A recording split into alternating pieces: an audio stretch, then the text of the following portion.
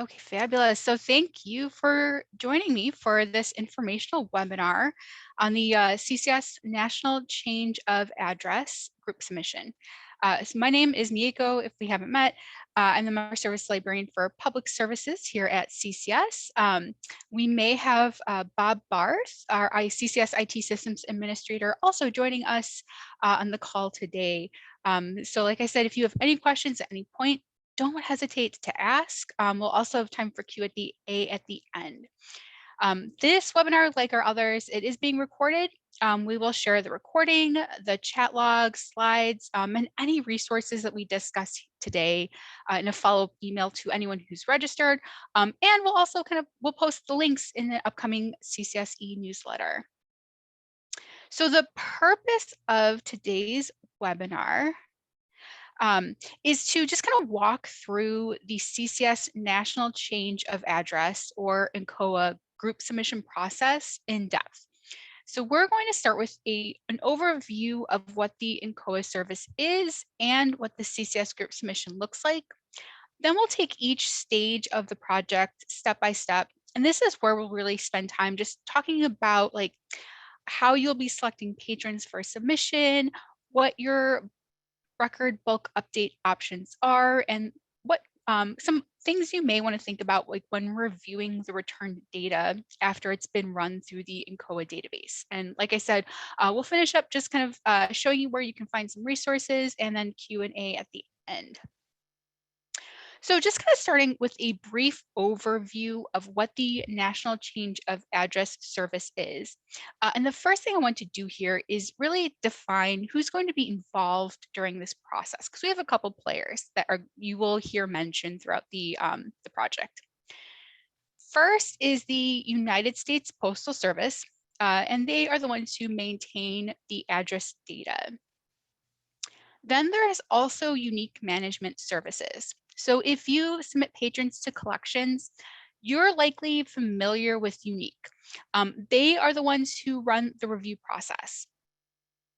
And then you have CCS.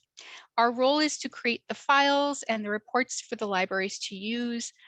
We'll make the bulk updates to patron records, and we coordinate submissions with Unique.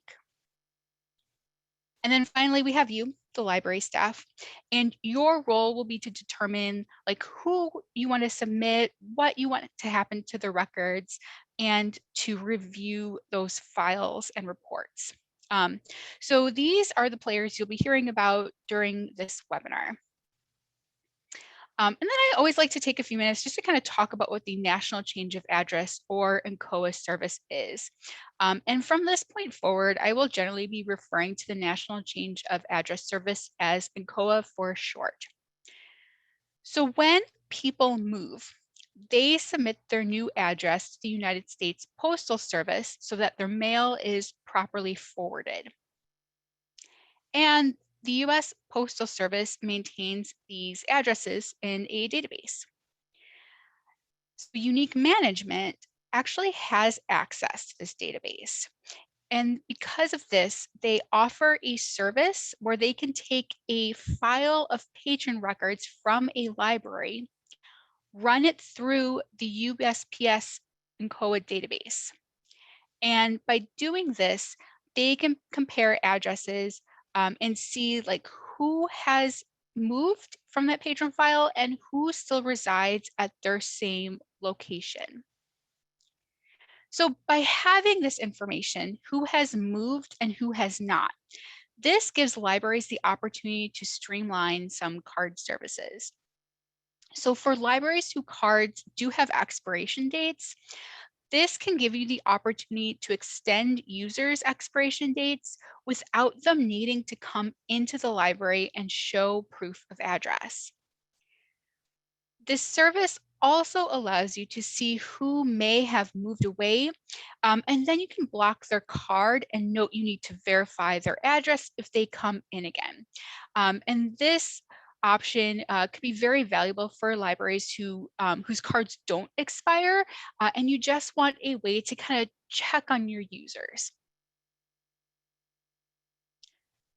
So CCS coordinates a group submission to Unique's NCOA service. And some of the benefits of participating with a group submission instead of individually include, first, centralized coordination with Unique. So CCS, we are signing a single contract on behalf of all participating libraries. So we'll be the ones submitting the files and receiving the completed files back. So the libraries don't have to deal with that third party in addition to CCS. We'll be handling all communication with Unique.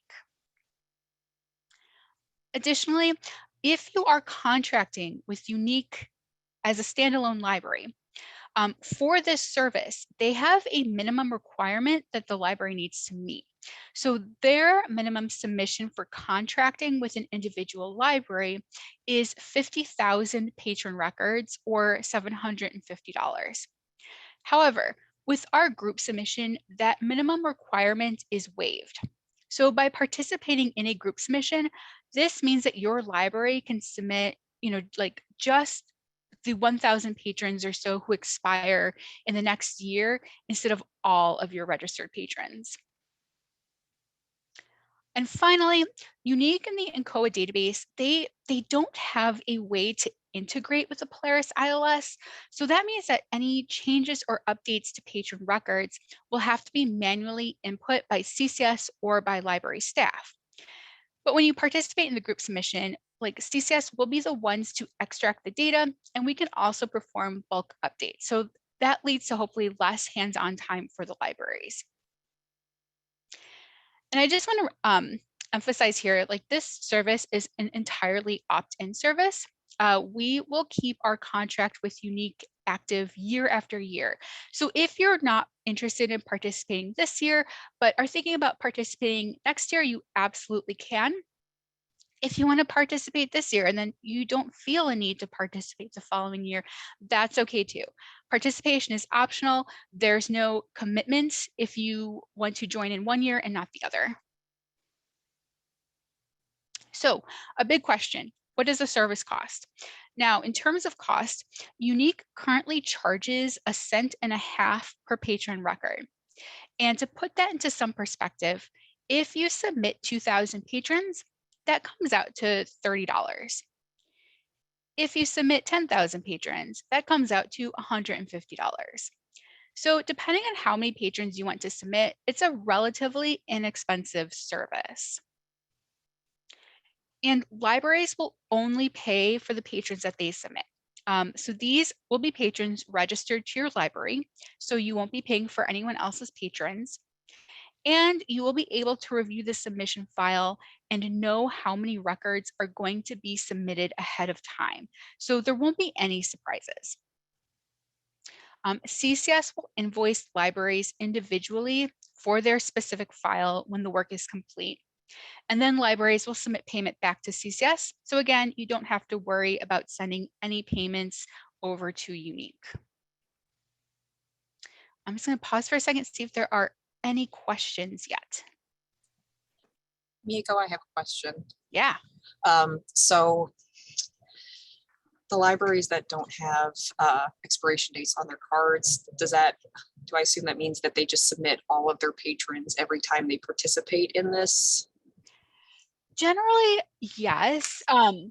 We can certainly limit down using other card factors.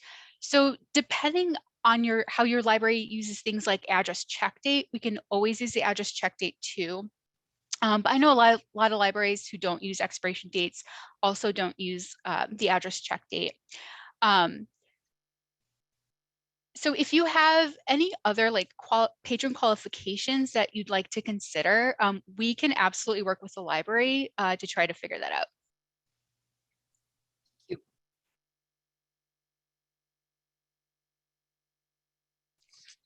I have a question. Yeah. Sorry. No, please. How often does CCS submit records for check with Unique? Ooh, I love that you asked that, because that actually brings you right to our next topic, the project timeline. So let me go through this. Let me know, Jen, if you have any questions after. So last year, I will say this, last year was our first year running the group submission. So we kind of had that year to see how our initial approach worked out, make some revisions, look at feedback, evaluate things. And one of the things we're approaching differently this year is the schedule. So last year, we really tried to target like an active submission period where libraries would submit at roughly the same time. This year, we're doing away with that target schedule, and instead we're just having a rolling submission period. So this means that your library can run an NCOA submission really any time of the year when it works best for you. So if you want to submit in the spring, that's great. If you'd rather wait until the fall, that's great too. And I will say you also have the option of submitting multiple times a year if you want. So if your library would rather do one smaller submission in the spring, maybe cover half of your patrons then, and then a smaller submission in the fall to cover the other half of the patrons, you can absolutely do that. So in terms of like scheduling, it's going to be about what works best for you and your library.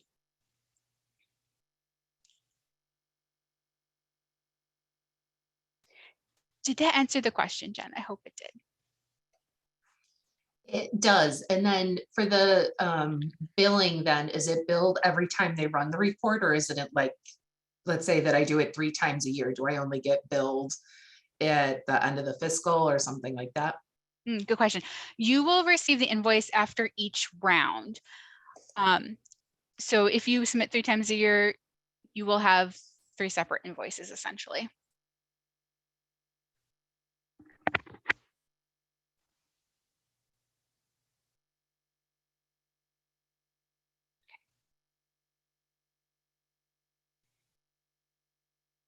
So that was kind of like a recap on the who and the what. And then what I want to do now is to kind of give you an overview of each stage of the project before we go into like the big detail about each step. So the first part of this project is preparing the submission. So if you are interested in participating, the first thing you'll want to do is open a help desk ticket. And through that ticket, CCS will work with the library to determine which patrons you want to send for review and what updates you want to see to the patron records. So CCS will create that patron file that we will send to Unique. And like I said before, the library will be able to preview the file before it's sent. So CCS will send the file to Unique. Unique then runs the file through their NCOA database, and when complete, they return the file to CCS. Generally, the turnaround time for returning the file is about 1 week, so it's a pretty fast process. And then once CCS has the file back, we'll let the library know that the file is ready for review. And at that time, the library will review the patron file, and you have this opportunity to remove any patron records that you don't want to be included in the update. So we'll have more on this in the detailed overview or the detailed step-by-step. And after the review is complete and the library lets CCS know they are ready, CCS will perform the desired bulk updates. And again, we'll go into detail about what updates we can do in a few minutes. Finally, if needed, libraries can inform patrons of changes. So we don't have a centralized method for doing this at CCS, but your library is able to use whatever like marketing tool, MailChimp, library thing that you usually use. So your library can issue, marketing message about card extensions if you want. So the next thing I want to do here is to kind of dig into each stage of the project, starting at the very beginning. So like I said before, the very first thing that you'll want to do is open that help desk ticket to let CCS know that you want to participate in the group submission. And this ticket will be the anchor for all NCOA related questions and answers, updates, we'll attach documents, etc. You will be working with Bob and I throughout the ticket. And let me just also start by saying that in the ticket, I will walk you through each step of the process. So whatever we cover from this point forward, I will be recapping at the appropriate point in our ticket communication. So please don't feel free, like that you, please don't feel like you have to completely absorb or memorize everything that we talk about today. And so what I will do when we have that help desk ticket is to link you to the NCOA group submission form and ask you to fill it out. And this form is what we'll use to organize your library's submission qualifications and what bulk updates you want to see to the patron records. So in terms of figuring out who will be submitted, first of all, the only users who will be considered for your submission file are users registered to your library. Any users who are non-CCS reciprocal borrowers or ILL library accounts and have a registered at branch of CCSB or ILL for CCS will not be sent in. Also, CCS will only send users who have an address on file with one address type label of home. So users who only have like a work address on file or patrons who have more than one address on file with a label of home are not eligible to be submitted. And this is to help reduce the number of false positives in the return file. Because if a user only has their work address on file, NCOA is going to tell us that they moved. If the user has multiple home addresses on file, NCOA is going to tell us the user has likely moved because one of those addresses is not going to be their current primary residence on file with the USPS.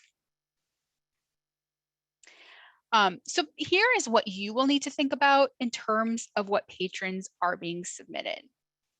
So first of all, we will be using the patron statistical class to qualify and filter patron records. And by using the statistical class, we can drill down and be more specific with patron records than we can if using, say, like the Polaris patron code. And libraries can choose. You can choose which patron statistical classes you want to submit. But if your library is looking for guidance, CCS recommends submitting users with a stat class of resident or student. And this is to exclude users who may need regular staff intervention to verify their accounts, like non-resident fee card patrons, business accounts, school accounts, teacher accounts, that sort of thing. This also excludes records that are unnecessary to review, like in-house cards or test cards. The other thing to think about are patron expiration dates if your library uses expiration dates. So once you've figured out what patron statistical classes you want to submit, then you want to think about if you want to submit, say, all unexpired patrons within those classes, or if you only want to submit patrons of those classes who fall within a specific expiration period. If you're doing a big review of all your patrons, or if your library doesn't use expiration dates, chances are you will opt to submit all unexpired patrons. If you know you're going to do an NCOA review every year and say only want to review a segment of your patrons, you may choose to submit users who expire, for example, within the next year or two. So there's no right or wrong answer here. It's all on what is going to work best for your library. And if you opt for the expiration date period on the form, we will ask you to specify both an expiration date period and an address check date period. Before I move on to going through the bulk update options, are there any questions about filtering patrons for submission?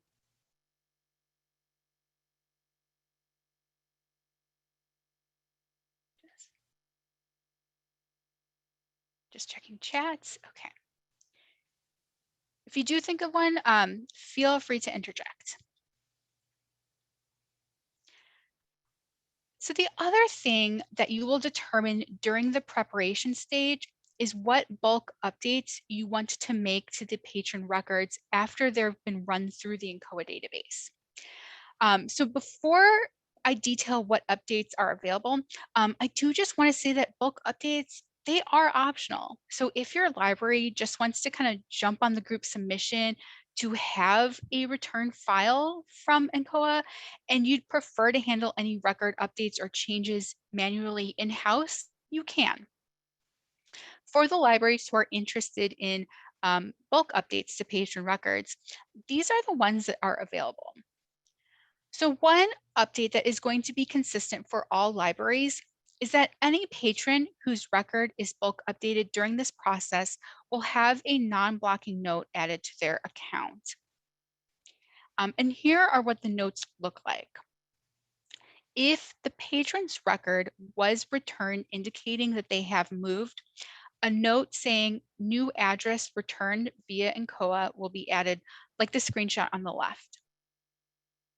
If the patron's record was returned indicating that they still live at the address, a note saying patron address validated via NCOA will be added, like the screenshot on the right. And this is so both CCS and staff have a record of why and when the patron's record was modified through the bulk update. Beyond that note, libraries can select from the following. So for users who are returned and have not moved, CCS can extend the user's expiration and address check dates if applicable to your library. So if your library uses expiration dates and you wish to extend users who have not moved, we can extend to either a specific date. So for example, December 31st, 2023, or we can modify that date based off of the patron's current expiration date. So for example, we can extend their expiration date 3 years from their current expiration date. So if the user expires on December 31st, 2023, we can extend it to say December 31st, 2026. Someone else expires November 1st, 2023, they'll be extended to November 1st, 2026. So this may not apply to all libraries, but again, if your library also has an address check date period, we can extend the address check date for users who have not moved. So again, in the form, you will be asked to specify the desired address check date modification and expiration date modification if applicable to your library. Now, for users who have moved, libraries can choose to add a library assigned block to the user's card. And this block will say invalid address NCOA to indicate that the block was related to this project. And like the existing invalid address block, this will stop the patron from checking out at the circulation desk. It will prevent auto renewal if they still have items checked out, and it will stop the patron from what the system calls patron initiated circulation. So this means it will stop them at the self-check. It will stop them from renewing online or from checking out e-content. So it's definitely a hard block. And then just like the other library assigned block, this one can be manually removed by staff when it's resolved. The other bulk update libraries can opt to do for users who have moved is to update their address fields based on what information NCOA returns. So what this entails, CCS will add the patron's new address to the record, and we will give it the address label of home to show that that's their primary residence. And then their existing address will remain in the patron's record, but the label type will change to prev home for previous home. And this way staff will have reference for both what is reported as the old address and what's reported as the new address in the patron's record. This screenshot here shows you what it looks like when clicking on the properties icon in the patron record, just to kind of get that info quick view. And then I also want to show you what it looks like in the patron registration work form if you haven't seen this before. So this is a record that's been updated. This patron is reported as having moved, and this is what it's turned into there. Oh, I'm sorry, guys. New address. Let me just skip through this way. This is very unsuccessful. There we go. So displays the first address listed is their home address, and this is what's been returned as the new address from the USPS. And then scrolling down a little more, you will see the user's previous address. This is the old address that was still in the record, and it's just been updated to previous home. So those are the data and record related decisions that you will use the form to make. I'm going to again pause and see if there are any questions about those bulk update options. Mieko, this might be silly, but if that previous home address is added to the patron's account, does that fall under the umbrella of the accounts that are looked over because they have multiple addresses listed on their account when running the NCOA, or am I thinking of two separate things entirely? So like you're saying if this patron is submitted like the following year and it's got home and previous home? Yes. That's, you know what, that's a good question. Let me check in. I'm not sure if Bob is on the call right now. Let me check in on that, and I will send the answer to the group in a follow-up email.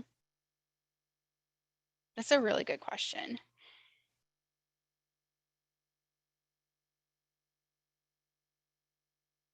I'm just making a note to myself at the moment. Okay. Any other questions about the bulk updates?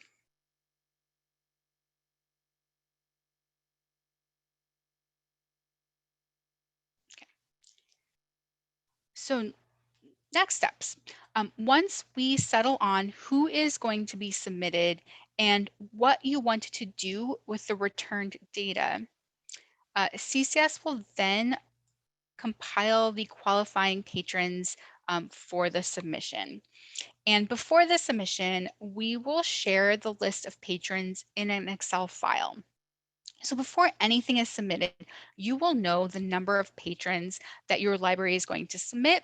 And this way you'll also know what to anticipate for cost.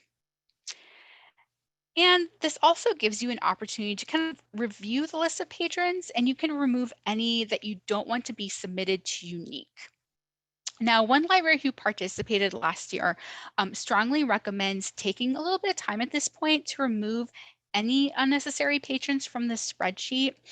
And this is just like an opportunity to kind of catch some cardholder data that can be cleaned up. So for example, if you happen to find like a CPL, a Chicago patron in your list, but they're listed as being registered to your library, like you can remove that. It won't get sent in, and then, you know, to do a little bit of cleanup. So give it a, like I said, recommended just kind of give it a quick once through just to see if you can catch any anomalies. Make sure there's no like out of system cards in there or in-house cards in there or staff cards in there, you know. And then once you confirm that the submission list looks good, or send us any updates to the list, we will then send the file off to Unique for review. So one question that came up last year was if address formatting in Polaris impacts how Unique's NCOA review process works. And the great answer is that it does not. So if addresses are formatted differently in Polaris than what's on file with the USPS, it will not impact the review.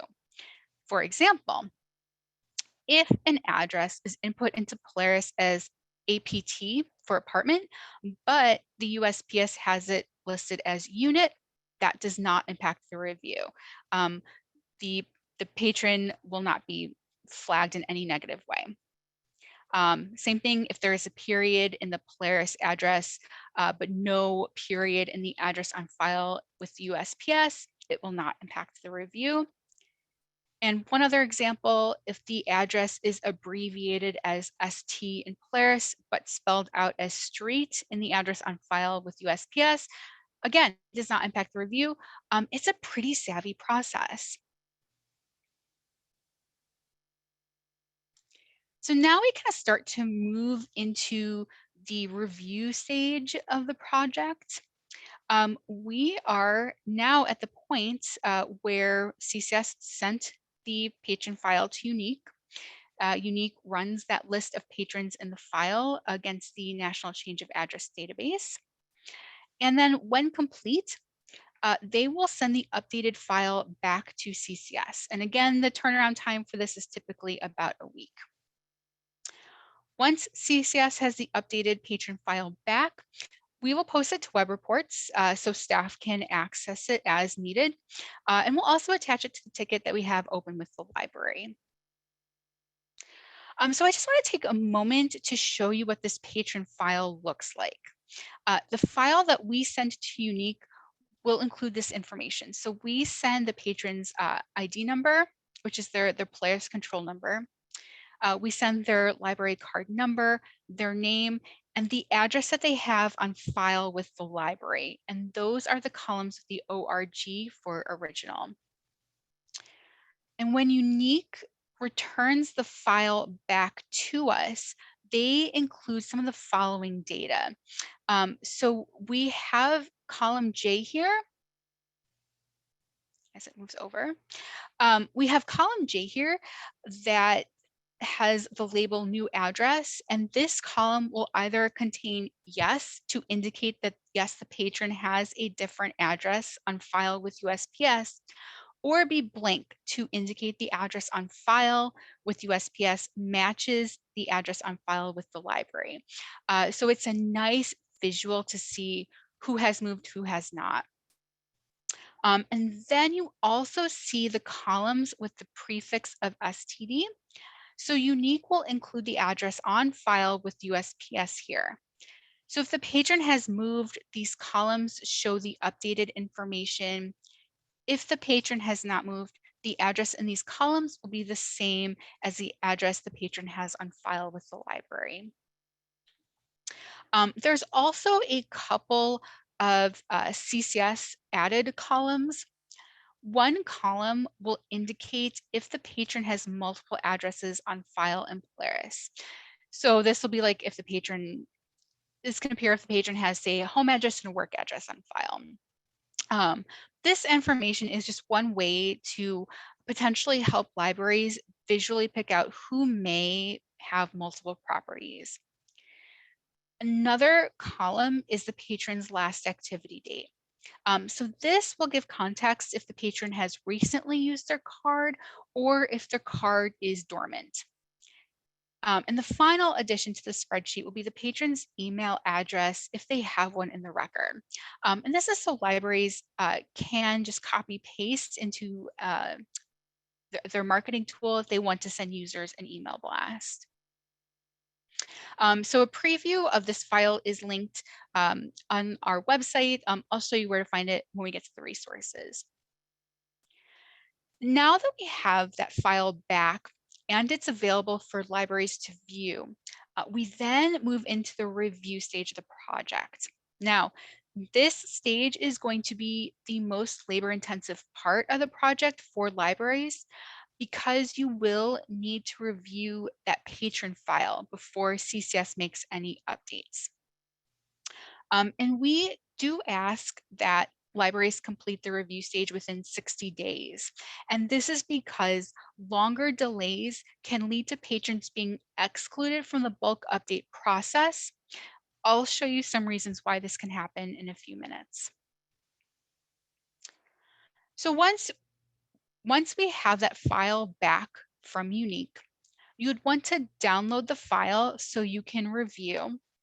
And while reviewing, you'll want to remove any patron records you do not want to be bulk updated from the spreadsheet. So these may be records that the library instead needs to review more in depth and maybe manually update, or maybe they prefer to leave the patron as is. Some examples of these situations may include, but are not limited to, maybe users with a PO box on file with the library, users who have moved but still reside within the service area, users who own multiple properties and one of those properties is still in your service area, or college students who have the local school address and permanent address. And these are just some examples of situations that Unique and CCS are not able to evaluate fully using the ILS data and the returned data from Unique. Additionally, this is kind of where we come into the gray area of the project, because CCS does not have a set process how you should review the file, or really even a recommended process, because every library is different. So this is an area where your library can determine how you want to manage the patrons based on what works best for your library and how much time and staff you can devote to the review process. So some considerations to think about when you're like planning, how are we going to review these records, include questions like, how closely do you want to look at each record? Now, some libraries try to seek out documentation of a move themselves before blocking the patron, while other libraries will go ahead and block the card and let the patron come to you if, say, there's like a weird outlier situation, like a multiple property situation. For users who were reported as having moved, but whose cards are still actively being used, will you block or handle their card differently than like the stale cards? So if the patron is reported as having a Florida address, but they're currently checking out physical books from the library, that could be a sign that the patron owns dual properties in Illinois and in Florida. If, say, the patron is reported as having a Florida address and has a last activity date of 2019, that can be more hard evidence that the patron has permanently moved to Florida. And then for users who have moved but may still reside in your service area, how is your library going to handle those cards? Will you kind of leave them as is, and allow them to still use their cards? Or will you block the patron so they have to come in and register their new address with you? Or maybe there's another option that works better for your library. And then one other question to think about is how you want to handle users who may have things like multiple addresses on file or have a PO box. So earlier we talked about those false positives where the patron may have a valid address on file with USPS, but also have a different but equally valid address on file with the library.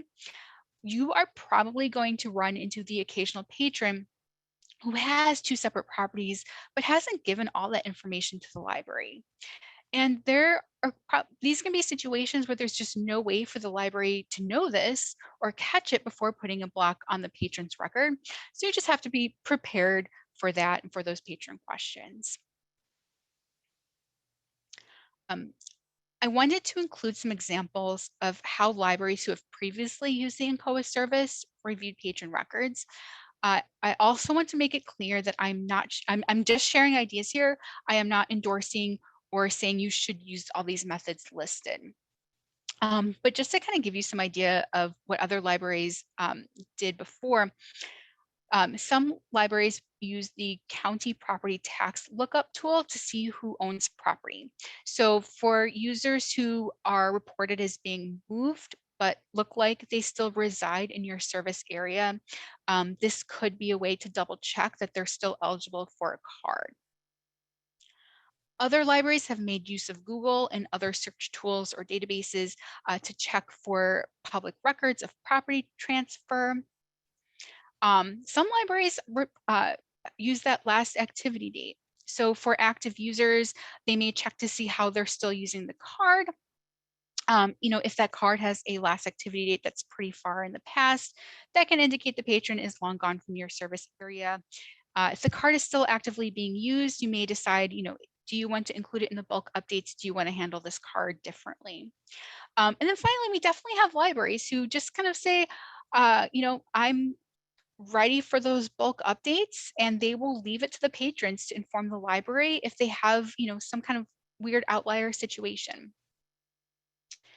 Um, so libraries who participated in the group submission last year, they say they estimate the time spent reviewing patron records to range from anything from 2.5 hours up to 20 hours. So again, there's no one correct way to approach the review process.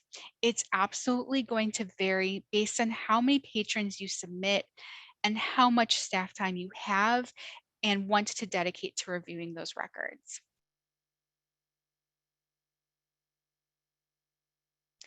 So again, as you are reviewing, you'll want to remove any patron records you don't want bulk updated from that spreadsheet, from that patron spreadsheet. When you are all done reviewing patron records and have removed any you don't want updated, you'll give that file back to CCS. Basically, we just need to attach it to that help desk ticket or email thread you've got going on with us. And this brings us to the final stage of the project, which is that bulk update stage. Now, once you've confirmed that you've reviewed the patron records and you've signed off on to give us the go ahead to do the updates, we will schedule a time to perform your desired bulk updates to the patron records. And to quickly review what bulk updates are available, one update that's going to be consistent for all libraries is that any patron whose record is bulk updated during this process will have a non-blocking note added to their account. For users who have not moved and who belong to libraries with expiration dates, CCS can extend their expiration date and, if applicable, their address check date. For users who have moved, CCS can add a library assigned block to the user's card. This block will say invalid address NCOA to indicate the block was related to this project. And again, this is a hard block. It will prevent the user from checking out both at the desk and at the self-check, from renewing items, and stop them from checking out e-content. And additionally, for users who have moved, we can append the patron's new address to the record as the home address and relabel the old address as the previous home address. This way, staff will have reference for both what it's reported as the old address and what their new address is in the patron record. So, and one thing I want to make clear for all users who are bulk updated, their last activity date will not be impacted. So the bulk change will not update their last activity date. And this is important. Just because the last activity date will show, it's one of the factors that we use in our monthly patron purge. So after the bulk updates are complete, CCS will provide a final bulk update report to libraries. And this report will show if the patrons were successfully updated or if they were unable to be modified. So the bulk update process has certain fail safes in place that will stop updates under certain conditions. And here are some examples of what you may see. So the first one, patron in Excel file does not match patron in Polaris. This one is probably the most common error you will see. This error will appear if the patron record in Polaris has been changed by staff since the NCOA file was created and sent to Unique. This most frequently occurs if the patron has come to the library and renewed their card with the library during this period, or if they've re-registered at their new library with their new address. However, this can also occur if staff modify other data fields in any way. So for example, if they change, like in the patron's address, they change apartment label to unit, that will trigger a no match situation. And this is the big reason why we ask libraries to take no more than 60 days to review the file, just because patrons are not static, and the more time that lapses between when the NCOA file was created and sent to Unique and when we do the bulk updates, just can result in more like activity taking place. Another thing that will come up is an invalid city, state, zip, and new address in Excel file message. So this happens when the update process could not find the postal code ID, which means that the patron city and zip combination does not exist in Polaris yet. So this is a common for out-of-state situations. In these cases, staff may opt to manually key in the patron's new address, or CCS can also provide help in these situations. We sometimes get a message that the patron is no longer on file in the patron database, and this just means the patron account has been deleted since the NCOA file was created. And a rare one, but one that may come up, as the patron ID returns two records or home addresses. So this just happens if a patron somehow now has two addresses on file with a label of home in Polaris. So since the patron file was created and submitted to Unique, somehow a second home address was added to their record. And for all of these messages and users, the library can either manually update the patron record, ask CCS staff to help do some manual updates, or we can just leave the patron record as is because the address changes or renewals have already been manually done by staff. And then finally, once those bulk updates are complete, CCS is done with our end of the project. The library can then decide if you want to market any changes to your patrons. So if you want to send an email blast or a mailer to users saying, hey, your card was updated, or an email informing users about why their card was blocked, or follow up with any individual patrons that you just can't figure out what's going on with their address. A library who participated last year recommends keeping your staff informed about the process and what stage you're at so they can anticipate patron questions after those bulk updates are complete.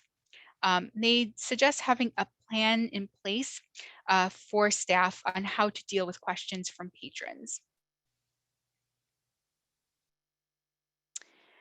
So we're kind of at the wrap up stage right now. Real fast, I just quickly wanted to point out some links that you have on your agenda.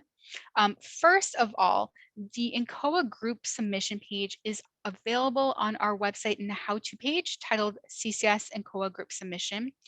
This page has information about each step of the project. And here you can also find links to other resources, including links to the participation form and a PDF preview of the form if you want to check those out, and a preview of the review file that we receive from Unique in case you'd like to see what data that you will have on hand for the patrons after you get the stuff back from Unique. So with that, I am going to turn it over and we will spend the rest of our time together on questions.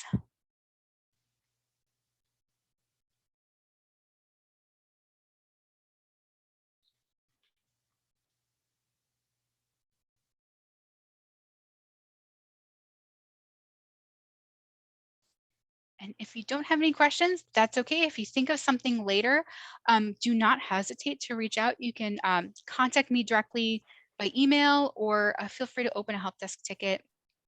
I am going to stop the recording at this point, and I will hang around if anyone does have questions that they think about.